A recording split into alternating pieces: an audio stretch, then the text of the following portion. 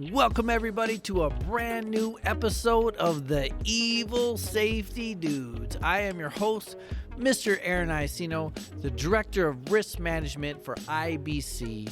And this is IBC's podcast on everything to do with employee safety that you can possibly imagine.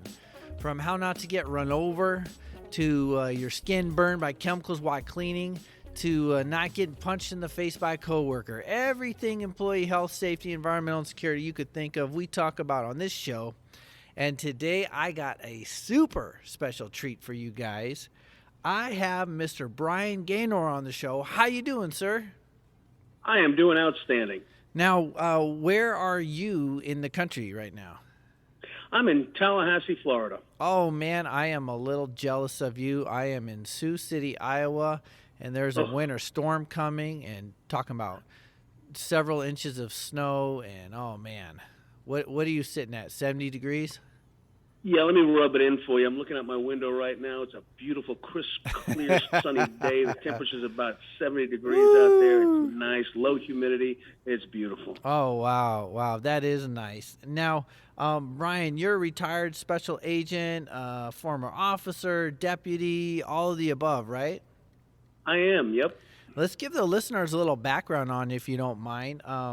So I know now you're working a lot with Dart Range, a firearm simulator company, and I definitely want to get into that because I love firearm simulators.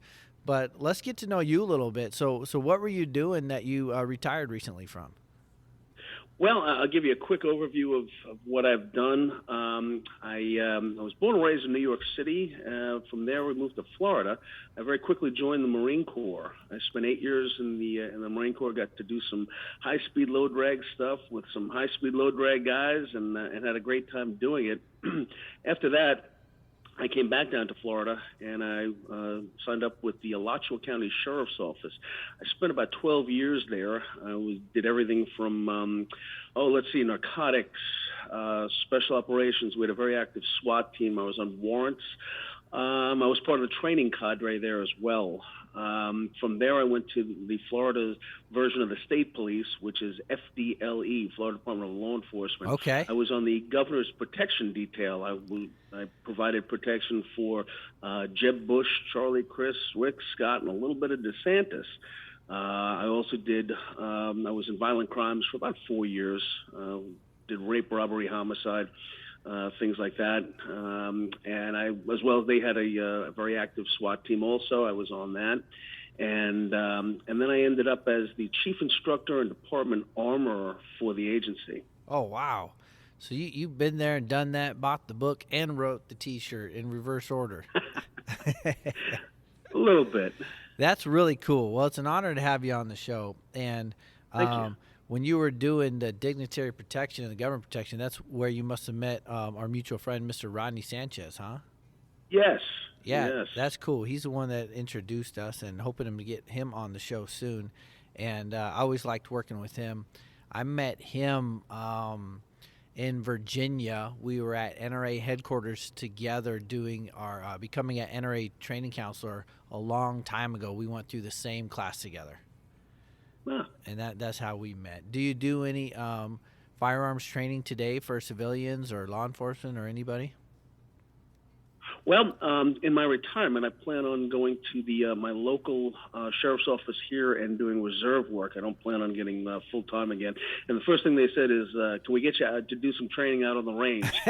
So considering that's my wheelhouse, I said, okay. So I will be I'll be providing firearms training and tactical type stuff for the local agency as well.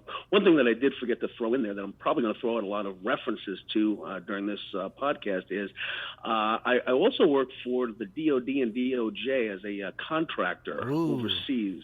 Wow. That was I forgot that one. So yeah, I'm active with that. COVID has put a little bit of a hurting on that. But it was about a year ago was my last contract, and I did, well, actually 2 years, I'm sorry, prior to COVID, and it was Iraq and Jordan. Wow. Yeah, we got to do a lot of stuff, and I got to tell you, the guys that I work with over there were Tier 1 and Tier 2 operators. You think my resume is impressive. Boy, those guys were really, high-end operators, and got to do a lot of work with them, and really impressive. That was, and hopefully I'll pick up another contract as soon as this COVID stuff eases up. Do you like doing world travel? I tell you, I do. But mostly I enjoy the people that I'm working with. All right. These guys really get it. They understand what we're trying to accomplish over there, and I know my back's covered, and I do my best to cover theirs. Yeah, it's just a good feeling to be around folks that you just relate with you. Same mind, same work ethic. It's nice. And when you get a group of guys, it is nice to when you're not with them, you want to be back with them because it's like a family, Yeah, exactly. I love world travel too. I don't always like the places I go, Pakistan and things like that. There's some better travel destinations probably than Iraq and Jordan, but it's still just such a experience that you'll never forget. Like going to some of these places, it's just. I can't wait. I got the bug bad to go overseas. It's an itch that never goes away for me. Yeah, no, it's not that big a world, and we should try to see as much as we can of it. It's an amazing world, and it's interesting to see other cultures and how people live. Yeah, and try not to get sick from the food while you're at it. You got to be careful.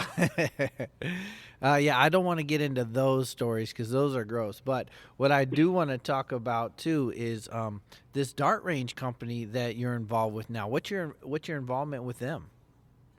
Well, when I was still the chief instructor for the state, they approached me about their product, and it was in its infancy when it first started. So I kept them in mind. I saw the potential of the product, and we had talked, and I had done some pro bono work for them. Presently, I hold the position of director of training for them. Oh, nice. These are, it's one of these guys. His name is Dave Avgikas, and he's somewhat like Elon Musk or, the mad scientist type of guy. He can create anything, very, very learned in that aspect of it, but he didn't have anyone tactically to put together what is needed to be embedded in the system. Oh, I got He can create the system. He just didn't know about law enforcement training and military training and what to put in the system. So that's how we got together. That's my position, is to develop the courses of fire and the training that is embedded in the DART system. Now, if you had to kind of separate DART from some of the other ones out there, what are some of the key features you think that make it stand out? That's a great question. That there's first and foremost, it's the cost. You can spend literally $400,000 on some of our competitors, and they're interesting systems.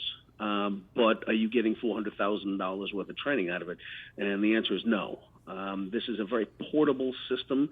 It's easy to set up. It takes very little time to set up, and it's embedded into the environment, as opposed to having a screen in front of you that shows a hallway or going through a doorway. We put the DART system in the environment, so any office space can be used. The weapon system that interacts with the DART system fires nothing more than a laser at the screen. So we can put the image up on a wall, we can put it on a screen, we can put it anywhere pretty much. And all you have to do is provide the environment, which is great because you can, on weekends, we have agencies putting it in schools and doing active shooter response training in schools, as opposed to watching a video of somebody else carrying a camera through a school that isn't even your school, and then trying to visualize what it would be like in that school. DART is it's simply just put into the school of your choice, and you're actually going through the hallways of the school that you may be responding to. It almost sounds like a great advantage to. It almost sounds like an augmented reality. Well, it is truly an image. It's a two-dimensional image shot up on a wall. It does appear to be 3D, and we can do a lot of different things. And anybody that is interested, it's dartrange.com. And we have great videos on there. If you're interested in the product, please, there's a lot of contacts and information on that website as well.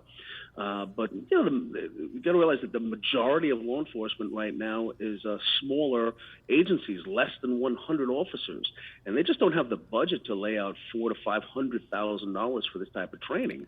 So a good system, top loaded out system with everything you could possibly need is around $16,000. Wow. Yeah, so we're really hitting the market on that lower end one, and we're really taking off here. So I've got my hands full with that. And, that's really we've got cool. Some really good embedded training in it. I imagine it has multiple different simulations you could run. Absolutely. We have everything from regular square range target simulation that you would probably want to use for newer shooters or to try out a new movement to cover type of thing, or magazine exchange, or weapon malfunction, or transition drills, whatever you may want to do on that would require a standard target in front of you at a given range. Everything from that to multiple targets, different lighting effects. We have what's called true targets, which are avatars that we can have run and change and draw weapons and do all kinds of different things, as well as the fact that we have AI embedded in it, that the system will understand what you're doing, and if you're not moving and shooting, it fires back. Oh, cool. And it really is cutting edge. I'm a low-tech man in a high-tech world, so I let them do all that kind of stuff, developing that. But as far as the skill set that's embedded, that's my end to tell them, hey, let's try this. Let's have the threat move over here, move left, move right, fire and maneuver, whatever it may be that we want to strengthen within the officers or whomever the student is, strengthen that skill set. If it's weapons related, it's in DART. Well, that's nice. And is there like different scenarios as far as like you mentioned active killer, active shooter? Like what about traffic stop to like domestic violence call? Like is there those type of things in there, or can it be programmed with those? Or it is quite user-friendly as far as developing your own, but we have it in there as well. We have gas stations, we have airports, we have, literally pretty much if you can think of it, a location that you may want to recreate, we can do that. We have prisons that have invested in DART heavily, and we've recreated cells and hallways based on their configurations. So we can develop whatever it is that is unique and specific to the customer. We've done that with nuclear power plants as well, who have invested in DART. That sounds really valuable, getting the simulation of your environment. Yeah. Man, because, we've learned the power of simulations, going back many years, getting, this sounds brutal, but getting military's kill rates up. A big part of that had to do with making the training more lifelike, and so being able to train in the environment that I may need to respond to, I'm just getting that schema. I'm just getting into that environment. I'm getting used to that corner and that hallway and the length of that. And God forbid if I ever had to respond in real life, I've already actually got reps in my mind in that exact environment. Yeah, the problem that most law enforcement agencies run into is the square range static target. You're put on a yard line. You know how many yards it is to the target. You know your target. It's not going to move. You're told that you're on fire position 16, so you're not going to shoot on 17, or 15. You're going to shoot just on 16. We're going to tell you how many rounds to fire. We're going to tell you what time length you have to fire that. That is far from anything realistic that any law enforcement or military or anyone really encounters. So there's a very vast difference between reality and that type of training. Marksmanship is important. You need to be able to hit what you're aiming at. but what you're aiming at may be moving. And it may be moving at the same time that you're moving. It may be moving to cover while you're moving to cover. So those things aren't addressed on your standard live fire square range. It's dangerous, going back full circle to what you're talking about, safety. We have to run square ranges like that. Even high-end operators, I'm talking tier 1, tier 2 operators, we'll stand online and we'll practice those skill sets, but we'll move over into shoot houses and other things that enable us to move from position to position, covering angles and picking up different tactical angles to pick up the next location, the next room that we're moving to, or what have you, or next hallway, or next alleyway. Warfare has changed. We're not in the jungle anymore, and we're not only in the desert. We're going down, small old alleyways and streets that are narrow, and we're 300 and in on a lot of the more urban style fighting. So we're not taking those 1,000-yard shots that was heard of in the past, although they're still out there. But it's a lot more CQB type style training. And let's talk about the economic advantages. You got the cost of the equipment, but ammo prices have been kind of high for a minute, and being able to run this simulation where we're not shooting lead down range, that's got to save money in the long run, don't you think? Well, in my last agency, it was a state agency. I'd probably spend about $500,000 on ammunition when we did large purchases. Man, that's great. I had, and the guy who took my position, we're still great friends, and we talk, and he says he's got $500,000 to spend on it. It doesn't matter. They can't get the ammo. There isn't any ammo to order. The order that he got was around $200,000, and he's about a year out from delivering. Wow. So now they're scrambling just to qualify. Think about this. There are state requirements. Every state has requirements for law enforcement officers to qualify, to show their skills, whether it's a more active type of course of fire or a very static one that we just said, different yard lines, prescribed ammunition. It doesn't matter. They don't have the ammunition to even fulfill those. So that's problematic when you're sending officers out there without any training or without any trigger time. Time on trigger is so important, and they're just not getting it. So the advantage of Dart is every squeeze of that trigger, whatever it's a handgun or rifle, costs $0. So they're getting the training, they're getting the experience, they're exposed to what that feels like, moving to cover, firing on a moving target, firing from different positions, things that you really would be challenged to do in a live fire range because of safety issues, safety concerns. It was quite, it was tough putting people out on the range and saying, okay, get into a supine position, meaning on your back with your feet facing the target, roll over, draw your weapon, and shoot between your knees. Thank God, knock on wood, literally, that had never happened to me, but I was waiting for somebody to blow a hole in their knee. Right. But these are things that are important to have experience doing. When was the last time anyone trained that way? But to be rolled onto your back is a potential in any type of situation. And we need to know how that works and how that feels to fire from that position. Dart affords that opportunity with basically zero risk in regards to firearms. That's awesome, because that was one of my first, whoa, I don't know anything moments. You get good on square ranges, you get good with marksmanship, you get good in that perfect balanced stance, shooting, with two hands, and then you get in a self-defense situation with a firearm. You're anything but that. You're never that. I mean, maybe sometimes, but the odds that you could pull off a perfect square range stance in an extremely violent, fast-moving, dynamic situation, it's just not something that you see. In reviewing videos and real life self-defense encounters, law enforcement encounters, and even civilian self-defense encounters, they're never like in those positions. I was watching one where a guy had to shoot over a counter at a Walmart to save a woman. And I'm just looking at the position he's in, and I'm like, I bet you he never practiced that position on the range. And then another one with a woman, she was running a gas station. This guy was trying to come in, and she had to sit down and barricade the door and get her gun out and shoot like behind her as she's sitting down. And I'm like, I bet you she never practiced that on the range.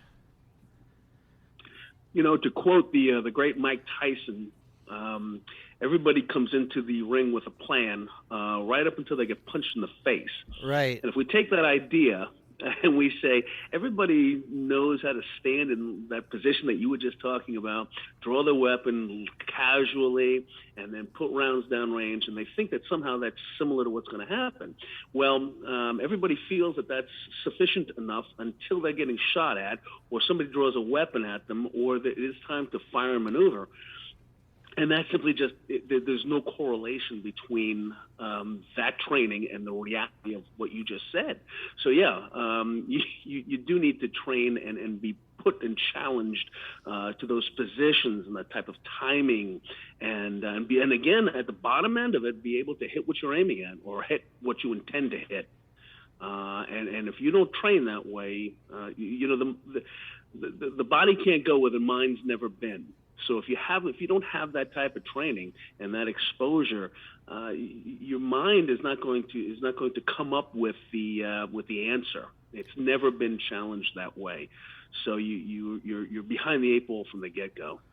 One of the things I also like about simulators, being a risk manager, being a safety guy, and in my role now, I have to make sure folks are safe, even when they're training. Because you mentioned you were very thankful no one shot themselves in the knee. That safety and training is paramount.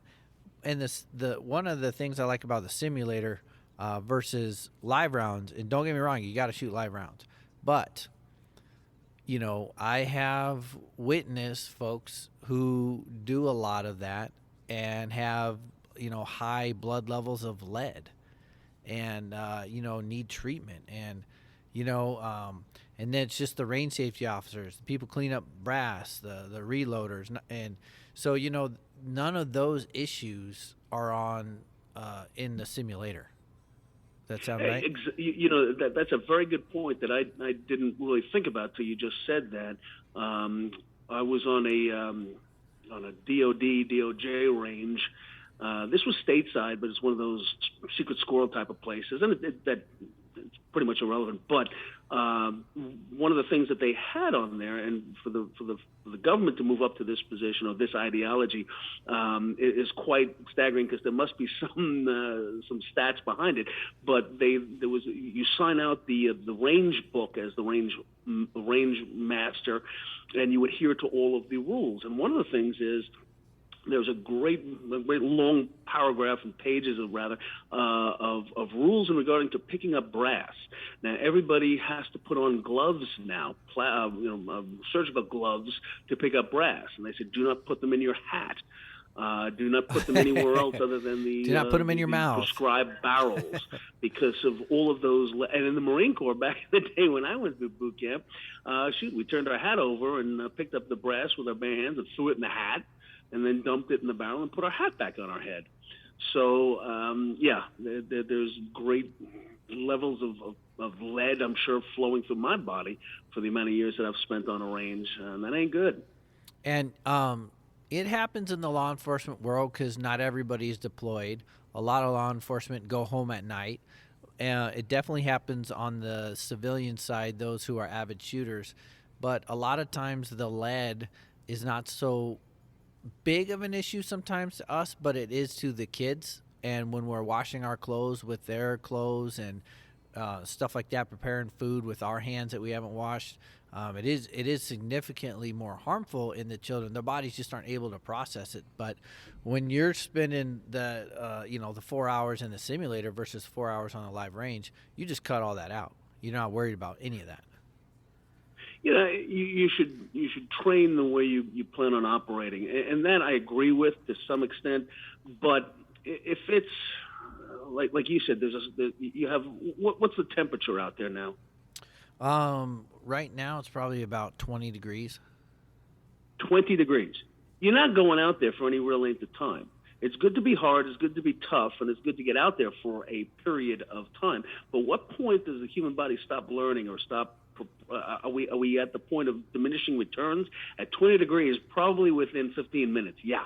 And Florida gets really, really hot. In South Sudan, Africa, you're pushing 100 degrees every day. You got to take breaks. We can't push the people that long. But with a DART system, most of the basic elements that we're trying to teach these people, you can do in an air-conditioned, controlled environment. I get it. We want to be hard. We want to be tough. But if I can get a student to learn more, can operate better, can get multiple repetitions at skills that they're just learning, but do it over and over and over again, and train and train and train, not till you get it right, but rather till you can't get it wrong. That's a tier one operator ideology, and that's really not possible when you have that type of environmental concerns or effects on the body. So, I did the Air Marshal program. I taught out in Artesia, New Mexico, and thank goodness I got sent to the DT, the Defensive Tactics program, where we were doing a lot of stuff on the mats, a lot of big jiu-jitsu program with them as well. And handcuffing, disarming, all the typical stuff, and beautiful environment, multiple classrooms. It was nice, and I saw some of my friends that were out in the rain, out on the range in New Mexico in the winter, and we met up at the Chow Hall, and their faces are beet red and they're shaking because they're still so cold. That's not a good way to train. So that's problematic, and learning does not really occur when it's 20 degrees or less than that out. It just doesn't happen. It's not a good environment for that. So you get to choose the environment with a DART system. Yeah, we always strive for an environment conducive to learning. That's like one of my things. When I get a call for training and they want me to go on site, one of my first questions is, do you have an environment conducive to learning? And they go, well, what do you mean? I go, well, I don't want any distractions. I don't want any interruptions. We got to have a facility where we could focus. Because if you're going to go, like just everything you said, in a situation where the only thought going through your mind is, when is this over? Because it sucks so bad. We're not learning. You don't want to experiment. You don't want to push yourself. You don't want to get any better. You don't want to spend a second longer than you have to. And, you do as much as you have to do, but that's about it. And, yeah, I love what you said, train until you can't get it wrong, but you need that better environment to do that. And one of the other hazards we have out here, Brian, is ice on the ground. And I remember one time I was doing a firearm instructor course outside in the winter, and there was ice where we had to be. Well, it was everywhere. And I said, just like you, I was so worried about someone slipping, not having good trigger, finger off the trigger control, and it's slipping and shooting. And I was like, never again am I going to put myself in this situation. This isn't fun anymore. People aren't learning. I'm terrified. No, but having that DART system, you're not even worried about it. And what I really think is cool about this for guys like us who do a lot of training is the classroom to the shooting. Sometimes I've had to drive a half hour from the classroom to the range. But with that DART system, sounds like I could set it up pretty much in the classroom. And that's what a lot of the agencies are looking at. The fact that they are maybe, like you said, half an hour away from the range. One of the questions I often ask the instructors who are on the demo calls with us, I ask them, I said, well, listen, if you have your annual qualification coming up and you had an officer come to you and say, listen, quals are coming up next week and I'm really nervous. I didn't do good last time. I think my problem is whatever it is. Let's just say trigger control. I think I'm slapping the trigger. Might be my grip. I don't know. Can you help me? What would you do? And the normal response is, well, I would, we'd talk about it. And then the plan would probably go out to the range. I said, okay, how far away is that? That's about a half an hour. I said, okay, so now you got to procure ammunition, you've got to procure targets, you got to post targets, you got to load magazines. You're probably having some interaction with the student at that time trying to. I said, but the real learning occurs when that student is pointing at the target, weapon in hand, and you're actually teaching, you're actually educating, you're actually training them to do better, right? And they all agree. I said, so how long would that take? So let's break it down to that moment of training, those few minutes, screaming in his ear to do this, do that, switch your grip, change, your trigger control, whatever it is. You're probably only spending maybe, let's say at the most, 20 minutes actually talking to this one-on-one student to get them better. That 20 minutes is going to cost you probably about 4 hours to get there, to get back, to get everything set up, posting targets, taking down targets, putting up new targets, loading magazines, picking up brass, signing your range in and signing it out. All of those things add up in time, and time is money. We just don't have that. We don't have that much time. We don't have that much money. But when the DART system is in the room next to you, think about how much time you're saving and money. So every trigger press is $0.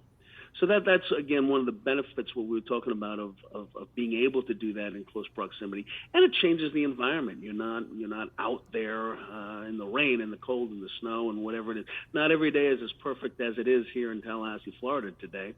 Like I said, we hit triple digits down here, and that you're only out there for 15 minutes at a time, 20 most, at the most, before you have to give them water breaks. They're not learning in that environment. Definitely. Now, I thought I heard you say earlier about rifle, long gun, and handgun. Is there a rifle We've got component? A product that is absolutely amazing.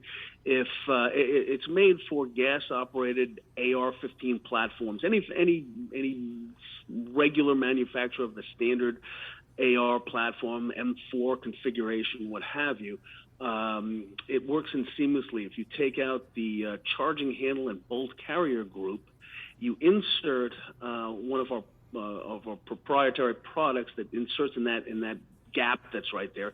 You close it down, and the magazine is you insert one of our magazines. The magazine is a trigger reset as well as the battery for the system. Oh, cool. And they both meet up internally. So now you're taking your rifle that has been zeroed for your shot group, and you can operate, you can move cover to cover. We have all types of programs in these systems specifically for that rifle training, longer shots, CQB type things. But the advantage is it's your rifle. You're not picking up a toy, you're not picking up a laser gun, you're not picking up some other thing that isn't your rifle. You are shooting with yours. Like I said, the internal components have a trigger reset, so even the trigger press on your rifle is the same. That's awesome, and that's super valuable. I remember researching one death, and the cause of death had to do with equipment and like the strap, not using the exact same thing in the exact same way that they had trained with actually caused a death. But in this situation, I have my same sling, I have my same gun. It's about, pretty much the exact same weight. Like you said, the aiming and all of that is there. And so, man, that quality of training just jumps up a lot when you go to something like that. Sure, think about it like your vehicle. I don't care if you drive a Ford or a Ford pickup or a Ferrari, whatever. If you switched from your Ford pickup to that Ferrari, you're going to have some problems, aren't you? And the other way around too. If you went from a Ferrari to a pickup truck, doggone it, that's not going to be easy driving the first couple miles, is it? So it's true with any of the weapon systems. If I'm to perform at a certain level, I want all of that kit and everything that I have to be the same. That's one of the precepts of training, that we try to keep consistency in our gear and our kit and how we stage our equipment. So if you have to switch it for training, that can be problematic. Yeah. What other hardware options, accessories are with the DART system? Well, you have a lot of different agencies are carrying different handgun manufacturers. Everything from SIG, the 320 is a big is a popular handgun. The most popular nationwide, of course, is the Glock. 9mm making a resurgence. Everybody's shooting the nines. So we got a lot of that. Like I said, SIG, Glock, the Smith & Wesson. We have that configuration as well, and they're all the frame and the weight and the magazine. Everything is the same as that. So with Dart, you can tell me what agency, what weapon system your agency is using, and we have. Unless you have something really really exotic or weird, we can fulfill that in any of the most popular brands and makes as well. So handguns are consistent with that as well. That's cool. I've spent not as much time as I should in simulators, but I always enjoyed them. I always enjoyed the challenge of them. I always enjoyed the simulations. And when I, walk away from the situational scenario-based ones, I always had just that much more respect for the people that are doing this for a living and the split-second decisions they have to make.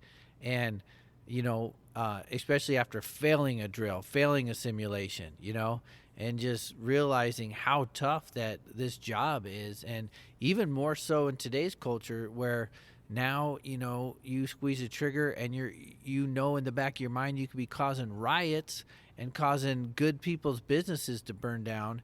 And just all of that weight on the shoulders of professionals, I just think it's so important to get as much training time as you can in.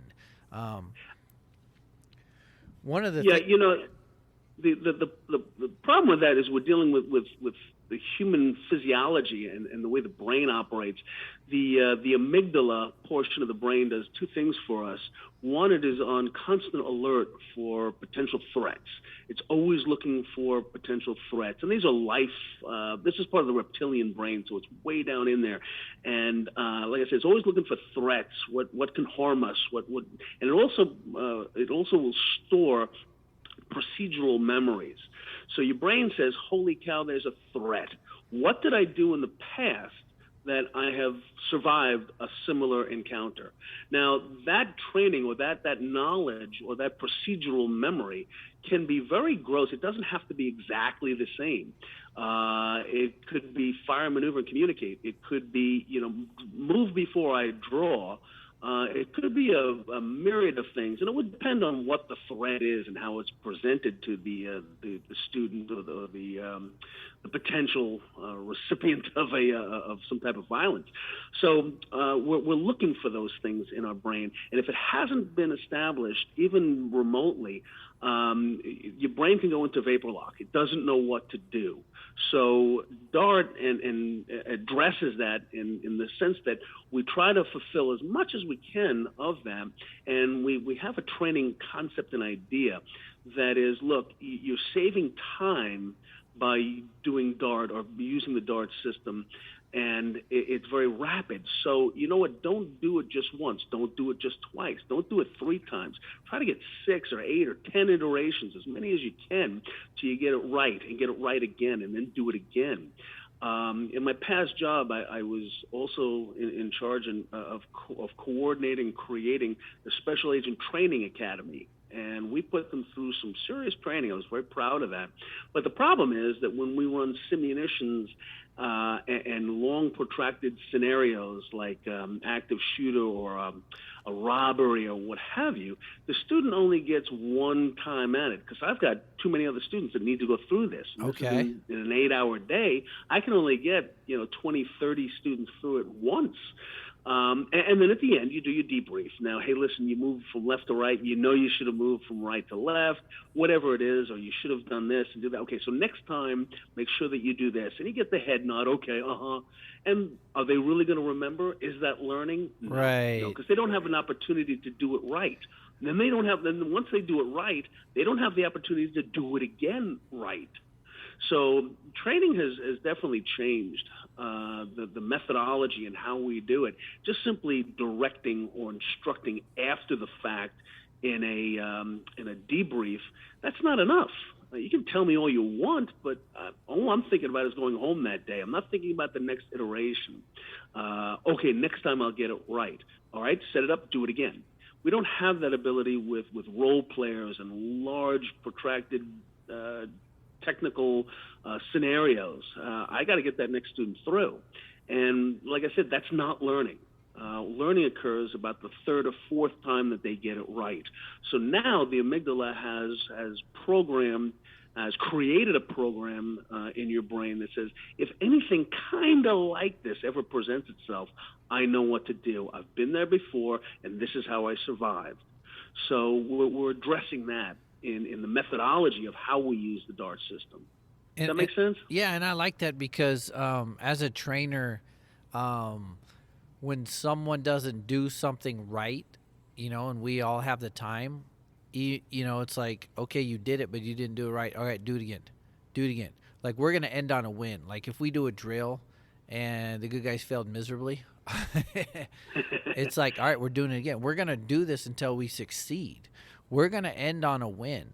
But then what you're saying is you keep going and you keep going and you keep going and you keep going, and then they're building that procedure memory in the brain. And I think that's huge. And I also think it's a big deal for the confidence. When you totally, and I remember myself bombing drills, sitting in that debrief, there was no chance to redeem yourself. That was the class that you did once a year.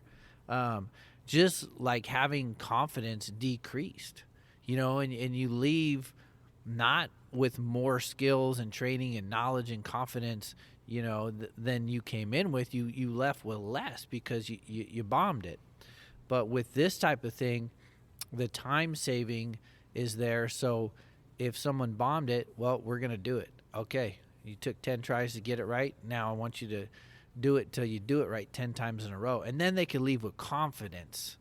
And I think that's a big part of it too. Yeah, absolutely. And I think I agree with you, but I think I'll even take it a step further. I mean, think about your brain and its programming and the way that I did a little bit of research. I did a little bit of studying. I have some good resources that did a lot of brain studies up at Sloan Kettering in New York. Talked to some PhDs up there on how the brain works and whatnot. So I've done a little bit of homework on this. And when you think about it, even a mediocre 5-year person that has done some training, when they come into a scenario and they do it not so good, like you said the first time, that was the best they could do at the time. When they are challenged, that's what they came up with. If you give them one more opportunity on this, and let's say they do get it right or they do a lot better, that's still only 50% that they got right, because they've done it 2 times. The first time was less than good, less than optimal performance. The second one, which is, you did a good job, reinforced the good actions, great job, that's still only 50-50. The best that they came up with to start with was not good. The second one was good. Right. How does the brain process good versus not so good? It's about 50-50. So if you give them another opportunity to do good again, now we've got, it's only 33 that now if we do 4 times and they get it right 3 times, only 25% of those iterations were bad. 3 times, 75% was good. So now what does the brain say? The brain says, okay, this is optimal. This is what I will do. As opposed to a 50-50 crapshoot, right. That ain't good. And we don't even give them that. We give them one opportunity to do whatever they're going to do, and then we verbally bring them up to speed on what it should be. No, that's not training. That's not getting them to where they need to be when bullets are coming at them. Yeah, I love all that. I had a pretty tough instructor one time. It was a 2-week long course, and he started us off with a drill, and one of those where it was intentional that we were going to fail because there was information that he didn't give us, and to see what we would do, to see where we're at, to see our best baseline knowledge, to see what we remembered from last time, but also this instructor, he liked to, I don't know how to say it nice, but punk us out, but like let us know, like, hey, look, you are going to learn something in this class. See where you're at. By the end, I'm going to have you much better. And still tricky drills at the end. But now that we kind of got a little humble pie, we were able to actually listen. Do you have any like super challenging simulations in the dart range system that would, like, if a guy came in and he's like, oh man, I'm super cop, I'm Jason Bourne, you're like, all right, do this one. Do you have anything like that could show them that they may still have some place to go? They're not at the pinnacle yet? Oh, absolutely. One of the biggest problems that we find with skilled, quasi-skilled people right now that have been exposed mostly to the range is the lack of understanding and the use of cover. We can put a student in the middle of a room in front of the dart system and say, I want you to act and react to whatever you see up on the screen. Oh, and by the way, to your left, that structure right there, that's considered cover. Keep that in mind. I usually put one structure of piece of cover that I identify forward left, and then I say, and there's another one back right, if you so choose to use that one. Just keep that in mind. And or vice versa, I'll switch them back and forth. So one is in front of them to left or right, one is behind them from left to right. And I just say, if you feel the need, there's your position of cover. You shouldn't be out. No matter what we do, especially in military type things, we move from cover to cover, and that is a military understanding or concept or precept that we operate under. But law enforcement doesn't seem to do that, and that's probably training scars from work in the square range too much. So we'll have something unfold in front of them, and I'll speed up. Like I said earlier, I have these avatars that I can program to do anything. I can program them to do a slow walk and draw the weapon, present the weapon, show it for however many seconds I want before I start shooting, or have them start shooting. So I can tune it up that he comes running in, moving from left to right, and here's a moving subject shooting at you. And we have officers from the holster just stand there, try to draw the weapon out of the holster and fire back. Meanwhile, the stimulus is already shooting at them. That's time to move to cover. And like you said, you can really tune them up to start with, saying, all right, let's dissect what you can do here. And one of the other things about dart that I really use a lot of, like I said earlier, I'm a low-tech man in a high-tech world, but I'm learning. And one of the things that I use is my phone. I use my camera, my iPhone camera, and I videotape them in their motion. And in the debrief, I say, how do you think you did? Well, I think that, and I was moving to cover. Nah, you weren't moving to cover. Let me show you. And the reason I do that is one of my own learning experiences. I was in the Marine Corps, but I went to an Army CQB SWAT-like course at Fort McClellan, Alabama. And they had a great training facility. It was a house with close quarter camera system throughout. And I had one of the instructors say to me that I was moving out too far. I went out in no man's land there. I had no position to cover.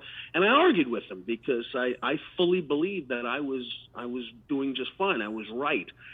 And I said, no way, I didn't do that. And he says, okay. He didn't argue with me. He said, come, let's go back into the room.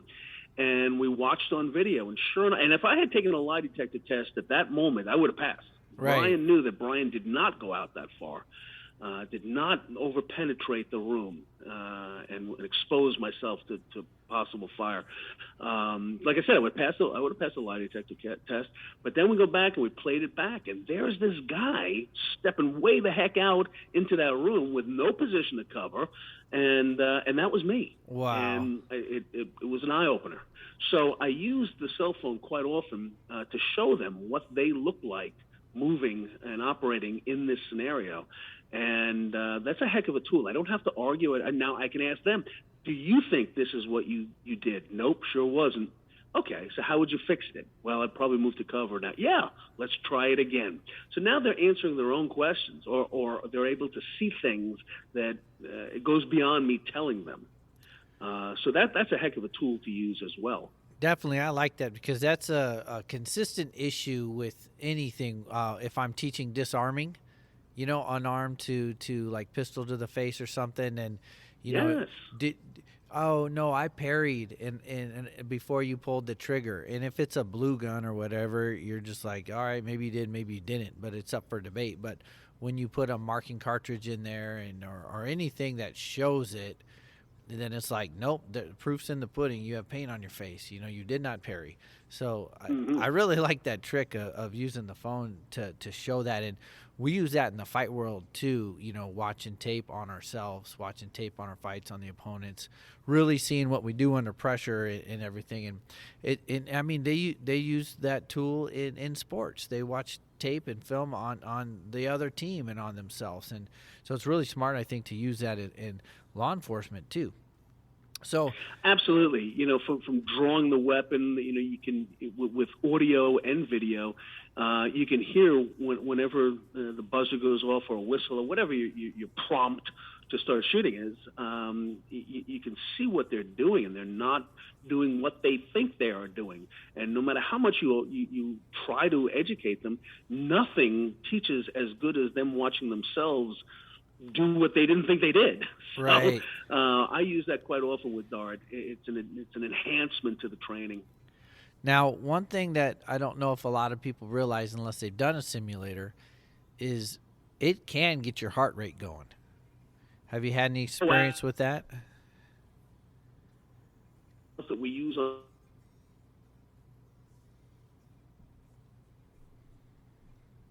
whatnot. Sorry, we The heart lost rate. we lost you for a second. Our connection's getting a little wonky. Was defensive tactics combined with firearms that will get into a very Hey Brian, we lost you for a while. Let's go back. Yeah. I seem to have you back though. Let's go back to talking your response to simulators, getting the heart rate stimulated. Yeah. Okay. One of the things that I've done in the past to get the heart rate up also is fighting. We would put down the officers that I was training, and we would on the range. I would put the defensive tactics mat out on the range, and we would just start going at it, a full takedown to grappling, and then I would roll out of the way. The student would then pick up a weapon they'd have to run up to a table that had their weapon on it. They'd have to draw the weapon and then fire on static targets. That's the best thing you could do. With Dart, I can put one of our Dart weapons in their holster, and we can go from a full-blown defensive tactics class, grappling, and we're fighting.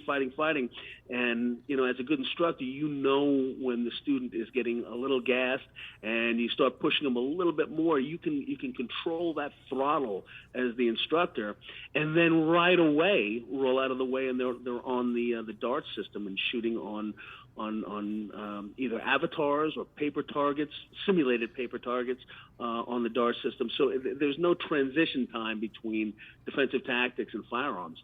So that shortens that up, and sure had a really good response from the students on that. And we've never done anything like that before.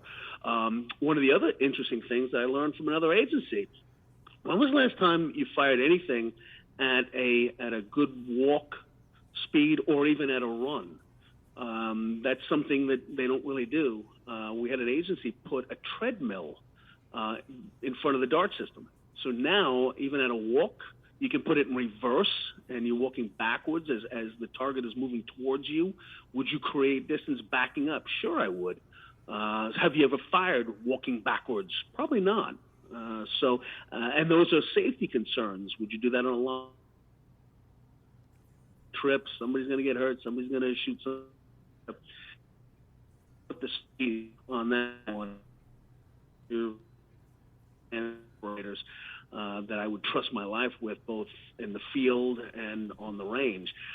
So that's problematic to get people to that level. I love that you could put the Dart, the firearm, in their holster, and then it's safe now. It's safe to do the close quarters, this defensive tactics, the grappling, it's safe to do that because a gun's not going to go off. But yet, Exactly. yeah, but and they're using their holster, and then when you get them to that point, then you could have them shoot. I've also experienced myself, and I've had others experience where the simulations themselves get your heart rate going. Have you noticed that? Yes, when they've seen something for the first time, and with Dart, all of our avatars are human-like programs in the system. I can do or say anything. I can do a wave file of my voice, of your voice, of anyone's voice, saying literally anything. So if I want the bad guy to scream at the officer, "Get away from me! Get back! I got a gun! I'll shoot you!" I can program. I can put those exact words coming out of my mouth or somebody else's. At the click of a button, I can have that avatar say that. So if I can get them built up that way and have their heart racing and coming running at them, drawing a weapon, you see some pretty interesting stuff on this side of the screen, how people respond to it. Even in a cool air-conditioned room, guys can start building up a sweat just responding to something on a screen. Yeah, I was surprised by that, and I was just recently talking to a colleague who does a lot of defensive tactics training and simulator training, and they were doing some blood pressure checks. They would take a guy's blood pressure before the simulator, and they would take the blood pressure right after they finished the simulation, and then they would take the blood pressure, I forget how many minutes, but it was several, like where you should have calmed down by now. And what they found was surprising. The blood pressure was normal before the simulator. The blood pressure was heightened directly after, but the blood pressure, and the pulse rate were still up even afterwards. It still had an effect on what they went through in the simulator. So absolutely, the body, and that's something I researched also a little bit for several cases. I do some SME work, subject matter expert for the Second Judicial Circuit and Eighth Judicial Circuit in Florida for use of force and for officers. And some of the science that I came across was the human ability to de-escalate. I'm not talking about verbally, like, okay, let's all try to calm down. No. I'm talking about physiology and how our bodies, how quickly an adrenaline dump will increase and elevate all of our systems internally, and how long that takes afterwards. I talked earlier about the amygdala and the threat perception and procedural memory. We had a case where an officer was basically being run down by a car, and as he started shooting at the car while it was coming at him, and the car passes him, and just as it's passing him, he continues to fire. Now, that was a big concern for a grand jury. Why did he continue to fire? We had a doctor come in, a great guy, come in and discuss the human ability to de-escalate and for the amygdala to say this is no longer a threat. It takes a lot longer to de-escalate than it does to escalate. So like you said, stepping into that scenario, boom, their heart rate is up, the blood pressure's up, adrenaline dump is happening. But for that to be over, even if you turned off the screen and turned the lights on or whatever you did to indicate that this is over, the body still is in a defensive mode. It's physiologically impossible just to switch it off as quickly as you switch it on. So you have to watch the student and verbally then de-escalate them or calm them down or take them down from that. And that's when you can discuss or do your after action. It's the after action or debrief should not be done immediately. You should let them calm down and start processing information a little better. And that's an interesting physiological aspect of it as well. And I think everybody, law enforcement or not, understands that if you think about it. When you've had a knockdown, drag-out verbal argument with someone, you don't just immediately go back to normal once you're done yelling at each other. You're huffing and puffing, and your blood pressure's up for a while. And even like I had a near-miss car crash one time, spinning all around on the interstate on the ice, and remember getting control. Everything was fine. Had about another hour drive, got to my location, and I was still pumped up from that incident. And I think everybody's had something like that happen to their life where they get it. And so, it makes sense that would be the same from training or violent encounters and things like that. Absolutely. And like we said, that's just human anatomy, human physiology, the way we are created. It would be nice to just switch it off and be back to normal, but it doesn't work that way. Yeah, well, sir, Mr. Brian, it has been an honor. It's already been 1 hour. Time always flies for me. I hope it does for the listener. But just hearing people like you talk about your experience, talk about these cool new training devices out there like the dart range and everything, it's just fun for me. I enjoy it. And it's an honor for you to come on the show. And you're welcome back anytime, talking about any new products you got going, projects or anything like that. And so any last words? I know, let's tell some of the folks how they can get a hold of some of this training or gear. Yeah, we have a great website out. It's dartrange.com. Google it, look it up. The product is, the parent company is Digimation. They made simulators for the military, for flight simulators. They also created land simulators like tank simulators and things like that, things that you've seen probably on television. Digimation did that. In fact, here's a neat little tidbit. In Black Hawk Down, that most people have seen that movie, the helicopters aren't real. Those helicopters were digitally created. They are CGI. Digimation did that. We have a lot of other films and recreations and things like that, but if you watch Black Hawk Down, that's us. Well, that's really awesome. Now, just before we close, the dart range system, is that available only to law enforcement? How does that work? No. We have a lot of private companies, personal firearms training individuals realize that we can't get everything done out on the range, and we've sold a lot to private individuals for civilians that are looking for some type of firearms training. If I were to put my name out there as a trainer for civilians, boy, I tell you what, one of the first investments I make would be a dart range, because I want to see how they operate with just a weapon in the hand, weapons manipulation, how they draw. Are they a safe operator with any type of firearm? We can teach all of that with a simulator. Rather than a live firearm in their hands, which would again create potential catastrophic damage there. Yeah, I love getting them that simulation before live fire.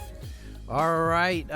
Well, once again, thanks for coming on the show. So, for Mr. Brian Gaynor, I am Aaron Icino. Together today, we are the evil safety and security dudes. Until next time, everybody, stay safe.